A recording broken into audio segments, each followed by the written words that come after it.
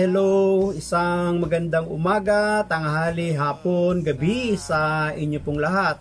Anong oras man ninyo na napapanood ang bidyong ito, kayo'y muli naririto naman sa aking programa na hindi ninyo programa. Ang tandaan mo, ito, tandaan natin ito.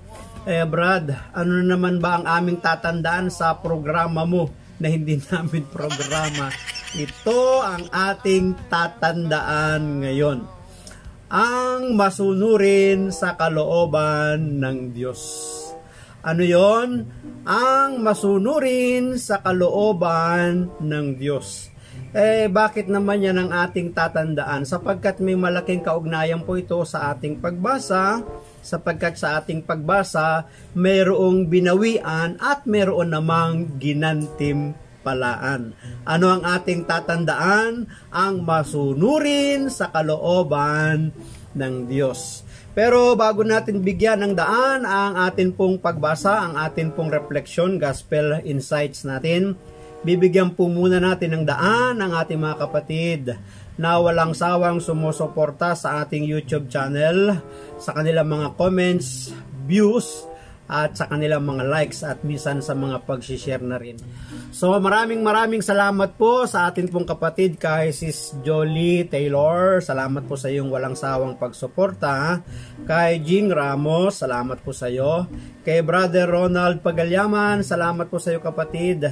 Kay si Syra Fernicol Baligwat na walang sawang sumusuporta, hindi lang sa Facebook kundi sa dito sa stars din. Kay Brother Heniper Generoso, maraming salamat.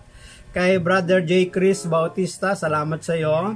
Kay Brother Roger Magbanwa, maraming salamat kapatid. Kay Telia Cabello, maraming salamat sa iyong pong pagbalik. Kay Brother Reynaldo Paharda, maraming salamat sa iyo kapatid.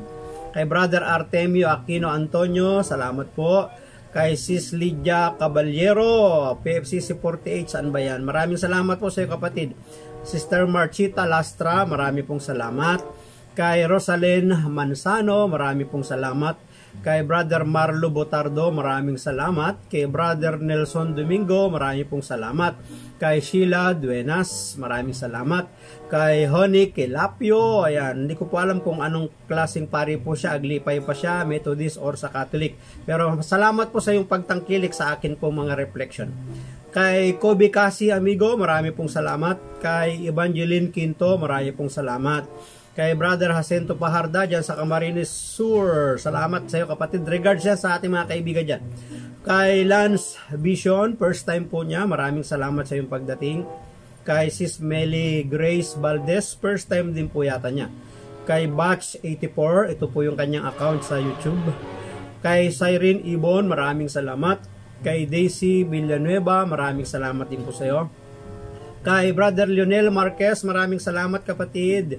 Kay Eli Bernardino, maraming pong salamat. Kay kay Sister Emilita Gonzaga, maraming pong salamat. Kay Brother Ronald Bagcal, sa iyo pong pagbalik, maraming salamat. At dyan kay John Lloyd Mabansag, pagpalain ka ng Panginoon sa iyong paglilingkod kapatid. So tayo nga po ay magpapatuloy na. Maraming salamat sa mga walang sawang sumusuporta sa inyo mga kapatid. Pagpalain kayo ng ating Panginoon.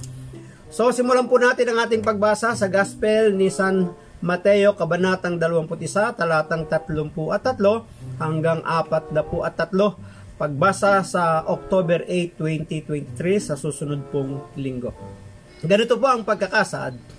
Pakinggan ninyo ang isa pang talinghaga. Sabi ni Jesus, may isang taong nagtanim ng ubas sa kanyang bukid, binakuran niya ang ubasan, nilagyan ng pisaan, at nagtayo ng isang tore. Pagkatapos, ang ubasan ay kanyang pinaupahan sa mga magsasaka at siya'y nagpunta sa ibang lupain. Nung dumating ang panahon ng pitasan ng ubas, pinapunta ng may-ari ng ubasan ang kanyang mga tauhan upang kunin sa mga magsasaka ang kanyang bahagi. Ngunit sinunggaban ng mga magsasaka ang mga tauhan, binugbog nila ang isa, pinatay ang ikalawa at binato naman ang ikatlo. Muling nagpadala ang may-ari ng tauhan, mas marami kaysa una, ngunit ganun din ang ginawa ng mga magsasaka sa mga ito. Sa kahuli-huli ay pinapunta niya ang kanyang anak na lalaki, sabi niya sa sarili, marahil na may igagalang nila ang aking anak. Ngunit nang makita ng mga magsasaka ang anak, sila'y nag-usap-usap. Ito ang tagapagmana, hali kayo. Patayin natin siya upang mapasa atin ang kanyang mamanahin. Kaya siya'y sinunggaban nila, inihagis sa labas ng ubasan at pinatay. At tinanong sila ni Jesus, pagbalik ng may-ari ng ubasan, ano kaya ang gagawin niya sa mga taong iyon?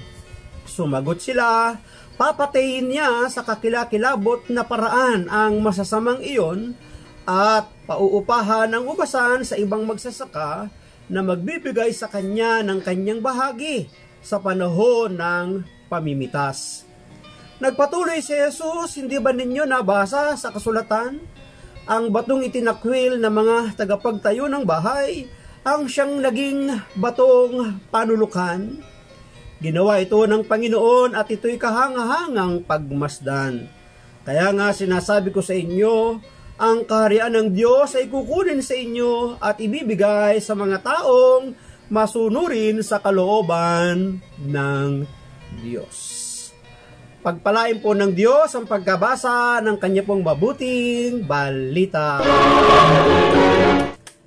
Pinupuri ka namin, Panginoong Hesu Kristo. Ano po ang ating tatandaan? Ang masunurin sa kalooban ng Diyos.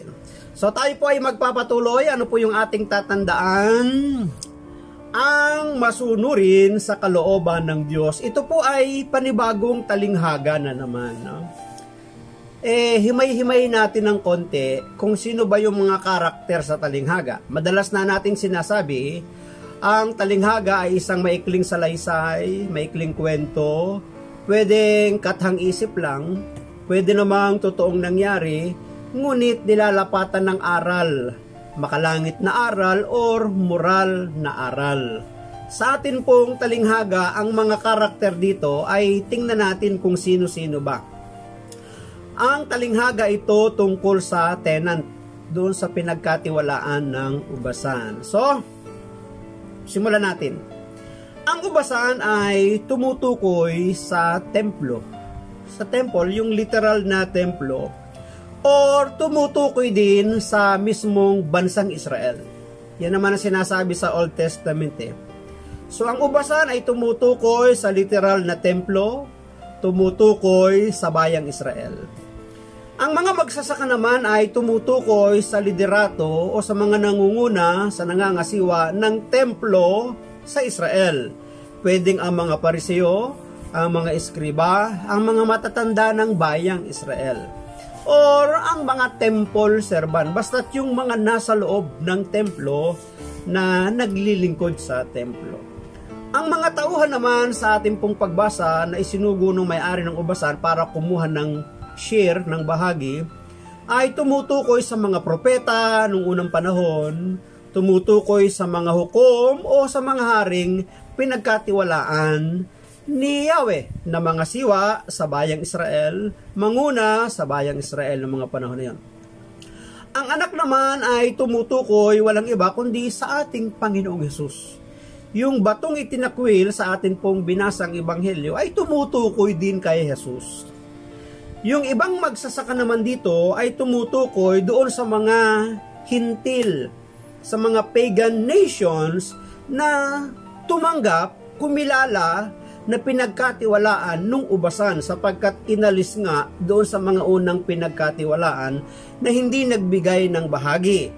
At ito ay ibibigay naman doon sa mga bagong magsasaka na magbibigay ng share doon sa may-ari ng ubasan.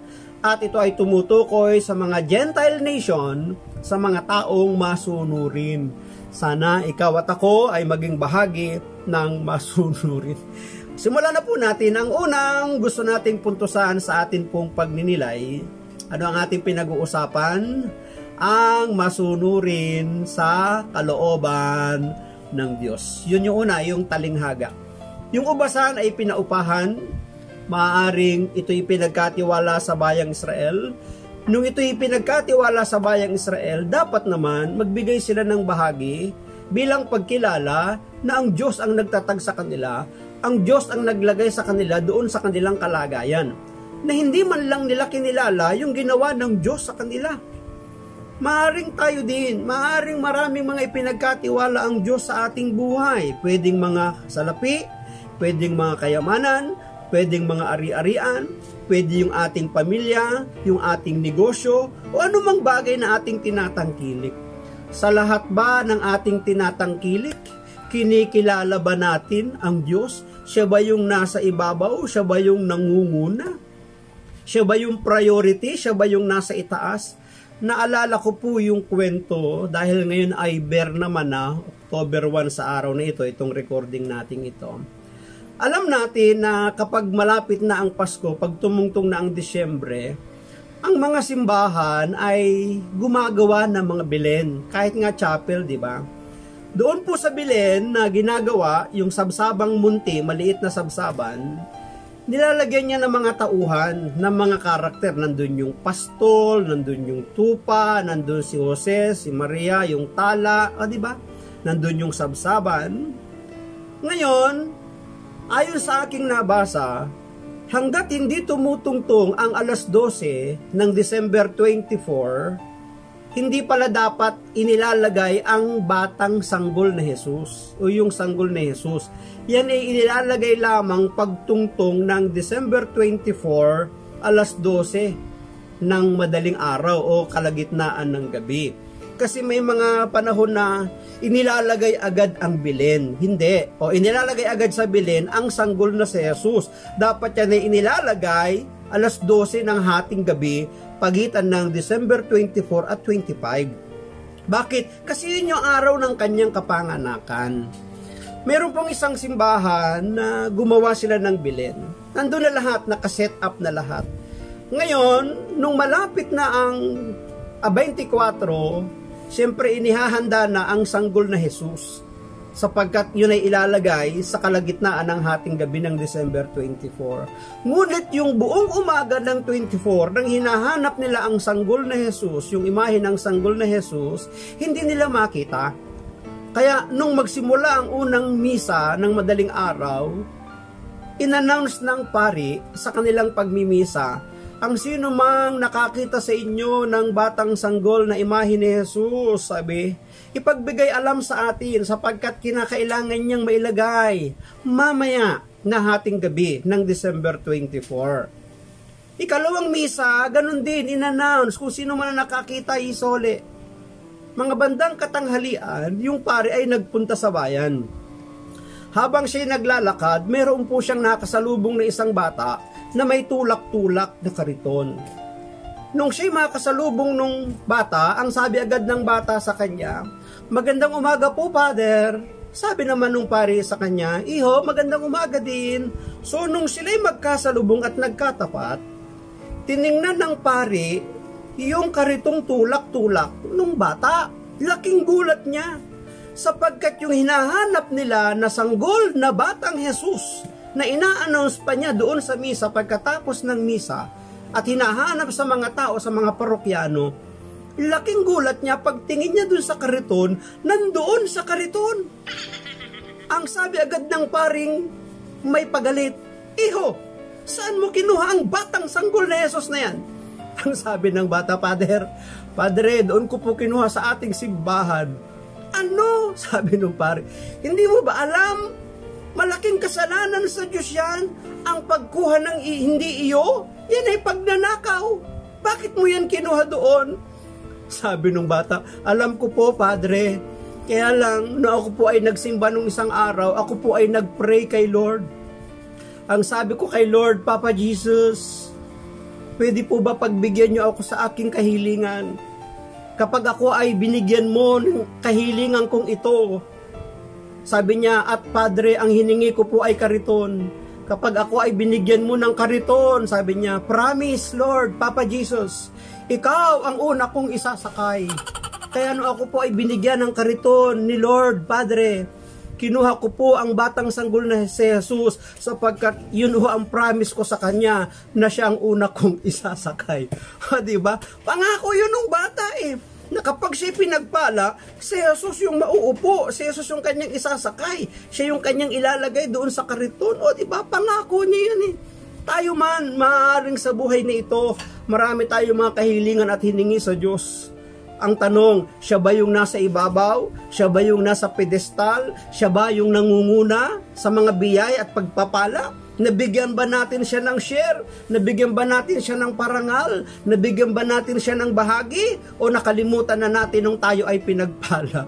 So, yun yung problema dito sa atin pong pagbasa, sapagkat nung panahon ng pitasan, nang magpadala ng mga tauhan, yung may-ari, para humingi ng share, binigyan ba? Basahin po natin. Sabi po ng verse 33, pakinggan ninyo ang isa pang talinghaga. Sabi ni Jesus, may isang taong nagtanim ng ubas sa kanyang bukid, binakuran niya ang ubasan, nilagyan ng pisaan, at nagtayo ng isang tore.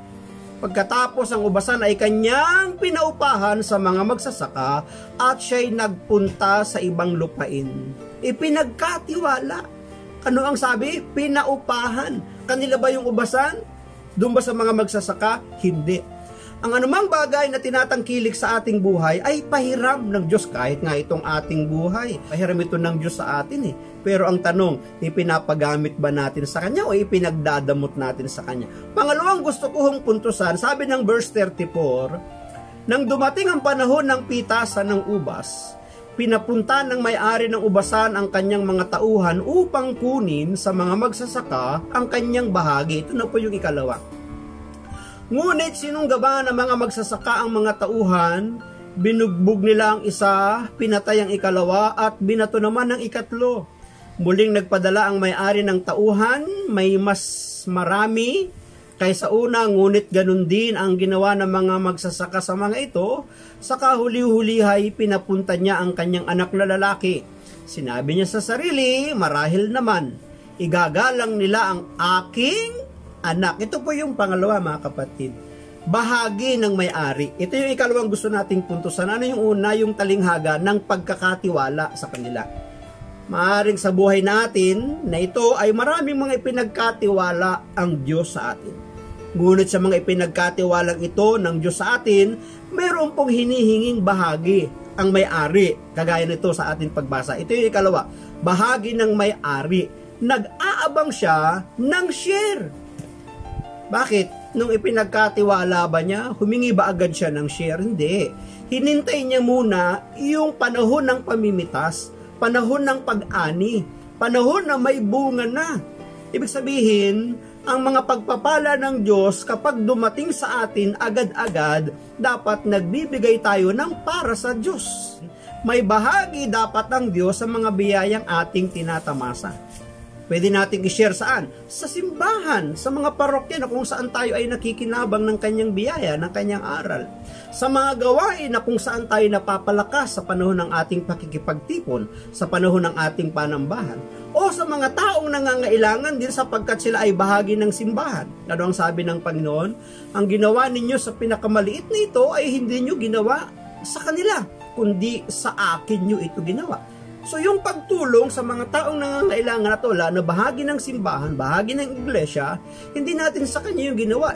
Yun ay share natin para sa Panginoon. At kapag ito'y ginawa natin, ang Diyos ang magaganti at magbabalik sa atin ng mga bagay na isinare po natin. So may hinihinging bahagi ang may-ari sa atin. Ang tanong, nung dumating na ba yung biyaya sa atin, pinanghinayangan na ba natin? Ayaw na ba nating bawasan? Kung atin pong titingnan sa ating pagbasa, yung mga taong pinagkatiwalaan dun sa ubasan, nagkasundo-sundo sila na hindi na magbigay doon sa may-ari na nagpaupa, nagpahiram sa kanila ng ubasan. Nagkaisa sila eh. Kaya tama pala yung aking napakinggan eh. Hindi lahat ng pagkakaisa tama. Hindi lahat ng nagkakaisa ay mabuti. Minsan mayroon ding pagkakaisa na mali yung kanilang motibo, mali yung kanilang intensyon. Maganda sana kung ang pagkakaisa ay para sa paggawa at sa ikabubuti ng kapwa. Yun, maganda. Pero dito sa ating pagbasa, yung kanilang pagkakasundo-sundo ay hindi. Bakit? Yung unang isinugo, ano ang kanilang ginawa? Sinaktan, pinatay.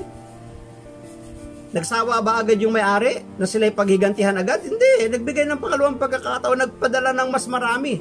Ang tinutukoy po dito mga tauhan ay yung mga propeta na pinapanumbalik ang bayang Israel para magbalik loob sa Diyos, para maglingkod sa Diyos. Pero ano ang kanilang ginawa? Di ba pinagpapatay nila yung mga propetang isinugo ng Diyos, hindi nila kinilala, ni-reject pa nila.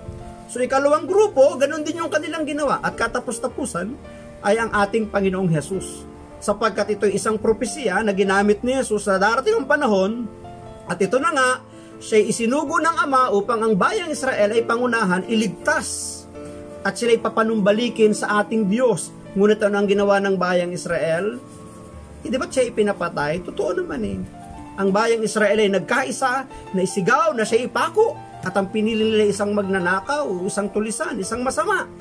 Ito yung larawan ng mangyayari sa hinaharap na ipinapahayag ni Jesus sa talinghaga at totoo namang nangyari. So may bahagi na hinihingi ang Diyos sa atin.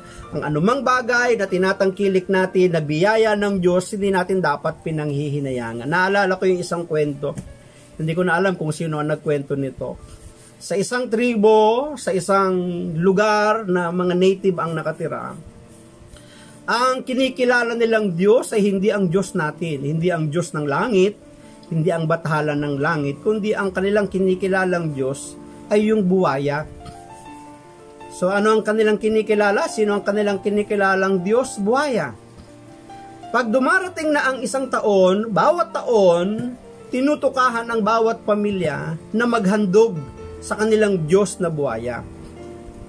At hindi ordinaryong handog ang inihahandog nila doon sa kanilang Diyos na buwaya. Ang ihahandog ng matutukahang pamilya ay anak na dalaga. So matutukahan, pag natukahan ka, ang ihahandog mo doon sa Diyos na yon, na kinikilala nilang Diyos na buwaya, ay ang anak na dalaga ng pamilyang ito. So nung matukahan yung isang pamilya, meron siyang dalawang anak na babae, dalawang anak na dalaga. Isang pangit, excuse me for the word, at isang maganda. Sa tingin niyo, mga kapatid, sino ang kanyang ihahandog doon sa kanilang Diyos na buwaya? Yung pangit o yung maganda? Tulungan mo siya. Ikaw, kung may anak ng dalaga, sino ihahandog mo? Yung pangit o yung maganda? Alam ko na pipiliin mo, pero di ko nasasabihin. Alam niyo mga kapatid, ang ginawa ng pamilyang yon, ang kanilang inihandog, hindi yung pangit. Ang kanilang inihandog sa kanilang Diyos na buhaya ay yung maganda nilang anak na dalaga. O biruin mo yan. Daig na daig tayo mga Kristiyano kapag maghandog tayo sa Diyos, mga tira-tira. Hindi the best, hindi maganda, low quality. Hindi best ang quality, hindi high quality. Bakit? Kasi pinanghihinayangan natin. Pinagkukuriputan natin ang Diyos, diba? Tinitipid natin ang Diyos. Kapag sa bisyo, sige, larga, bitaw ng bitaw. Pero pag para sa Diyos, puro pakabig, puro tipid, puro panghihinayang. Tatandaan po natin, may bahagi na hinihingi sa atin ang Diyos sa mga tinatamasa natin sa buhay na ito. Ang lahat ng ito ay ipinagkatiwala lang sa atin. Ang sabi nga, ang hindi mapagkakatiwalaan sa maliit na bagay, hindi mapagkakatiwalaan sa malaking bagay. Ngunit ang mapagkakatiwalaan sa maliit na bagay, pagkakatiwalaan sa malaking bagay. Kaya hindi pa tayo pinagkakatiwalaan ng malaking bagay kasi hindi tayo katiwa-tiwala. Pero pag napagkatiwalaan tayo dyan sa maliit, ay ibibigay ng Diyos mas malaki. Bakit? Katiwa-tiwala tayo, di ba? So yun po yung ikalawa. Ikatlo, mga kapatid, sabi po ng verse 14, at tinanong sila ni Jesus, pagbalik ng may-ari ng ubasan, ano kaya ang gagawin niya sa mga taong yun? O di ba? Nagpapunta ng unang grupo para humingi, kumuha ng share. Pinatay nila, pangalawang grupo, mas marami, pinagpapatay nila. Hinakala nung may-ari ng ubasan na kapag anak niya ang kanyang ipapadala, igagalang, irerespeto, ibibigay yung share para sa kanya. Pero ganun din ang ginawa doon sa mga una, ikalawang pinadala, pati yung kanyang anak ay pinapatay. Sabi rito, at tinanong sila ni Jesus, pagbalik ng may-ari ng ubasan, ano kaya ang gagawin niya sa mga taong iyon? Sumagot sila, papatayin niya sa kakilakilabot na paraan ang masasamang iyon at pauupahan ang ubasan sa ibang magsasaka na magbibigay sa kanya ng kanyang bahagi sa panahon ng pamimitas. Nagpatuloy si Jesus, hindi ba ninyo nabasa sa kasulatan? ang batong itinakwil ng mga tagapagtayo ng bahay ang siyang naging batong panulukan. Ginawa ito ng Panginoon at ito'y kahangahangang pagmasdan. Kaya nga sinasabi ko sa inyo, ang kaharian ng Diyos ay kukunin sa inyo at ibibigay sa mga taong masunurin sa kalooban ng Diyos. Ito po, propesya na ito. Babalik ang may-ari. Ano ang kanyang gagawin? Babawiin ang ubasan doon sa mga magsasakang ipinagkatiwala niya o pinaupahan niya. At ang gagawin, yung ubasan na yon ay ibibigay sa ibang magsasaka. Ipagkakatiwala sa ibang magsasaka. Kaya kung ating makikita sa atin pong pagbasa, meron pong pagpaparusa at meron din pong paggagantimpala. Parusa doon sa mga naunang magsasaka na hindi napagkatiwalaan, at pangalawa sa bagong magsasaka na sa kanila ipagkakatiwala yung ubasan. Ano ba yung ubasan? Sinasabi natin kanina, maaaring yung templo, maaaring ang bayang Israel.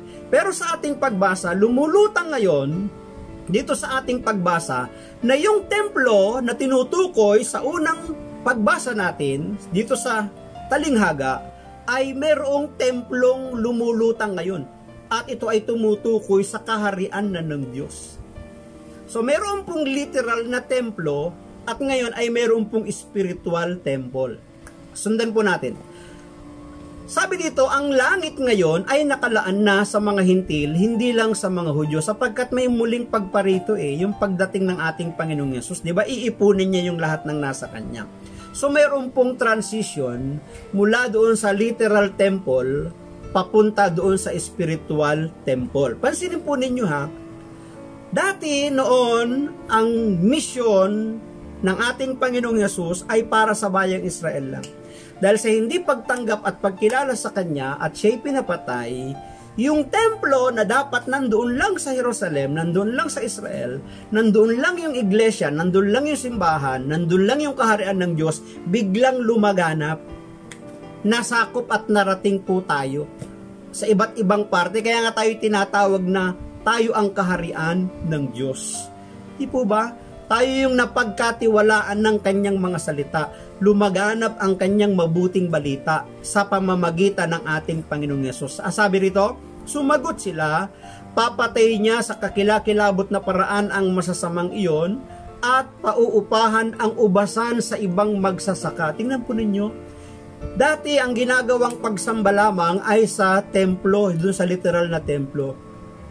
Ngayon, kung atin papansinin sa ating kapanahunan, ang pagsamba ay ginagawa sa iba't ibang dapo, sa iba't ibang lugar. At ang nangangasiwa, hindi na yung unang magsasaka, tayo na po yung mga bagong magsasaka.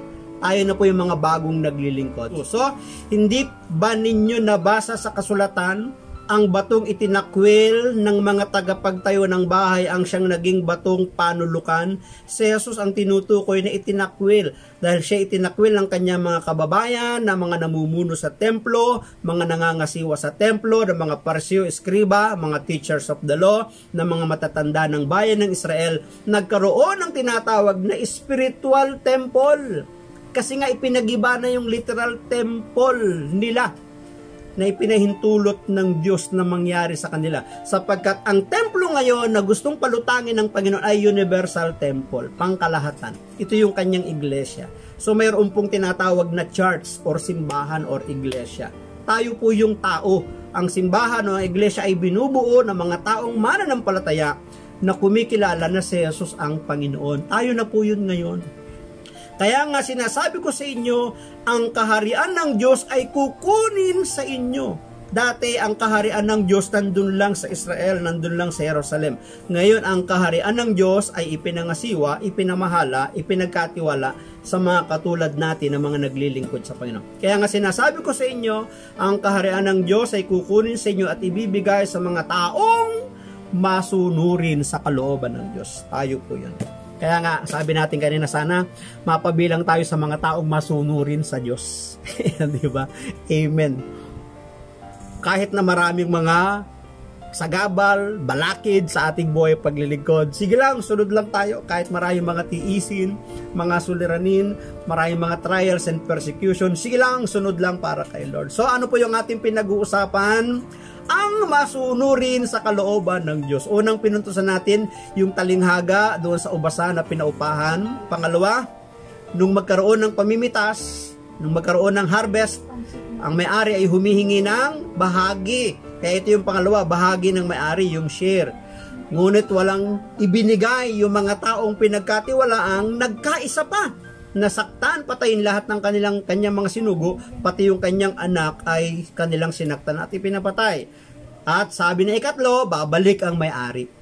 Mayroong gagantimpalaan, yung mga bagong magsasaka, ngunit parurusahan yung mga dating magsasaka. Yung mga unang pinagkatiwalaan na hindi na pagkatiwalaan. Kaya tayo ngayon, by the grace of God, sa biyaya ng Diyos, pinagkatiwalaan tayo ng kanyang kingdom. Pinagkatiwalaan tayo ng kanyang kaharian. Pinagkatiwalaan tayo ng mabuting balita. Kaya dapat na mayroong bahagi ang Diyos. May share ang Diyos sa anumang bagay na tinatangkilik natin sa buhay na ito. Kahit itong ating buhay na ito, hindi ito atin, paggamit natin sa Kanya. Bigay natin ng oras sa Kanya. 3 tinga daw ang dapat nating ibigay kay Lord, di ba? Time, talent, and treasure. Gaano karami yung time na ibinibigay mo kay Lord? Gaano karami yung talent na ibinibigay mo kay Lord? Gaano karaming treasure ang ibinibigay mo kay Lord? Yan ba 50-50-50 o 100-100-100 o 10% lang? Di ba? So, kung kayo po ay napagpala ng atin pong pagninilay, ay huwag nyo na makakalimutan na mag-like and share nyo na din. Mag-subscribe na din po kayo dyan sa baba at pindutin nyo yung bell icon dyan, piliin nyo yung all para anytime na meron po akong bagong upload, mano-notify po kayo. Ang akin lamang pong palaging tanging masasabi, hayaan natin na ang Diyos ang palagi ang maging Diyos ng ating buhay. Maraming salamat and I love you with the love of the Lord. Bye-bye!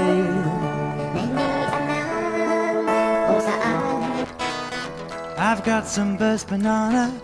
Maraming salamat sa inyong panunood at kung kayo naman ay napagpala, huwag niyong kalimutan na mag-like and share, mag-subscribe na din at kalimbangin ang bell icon na inyong makikita sa ibaba ng video upang kayo palaging updated sa aking mga video kapag ako ay may bagong upload. Maraming salamat, God bless, and I love you with the love of the Lord. Bye-bye! One from Johnny, he passes by this way.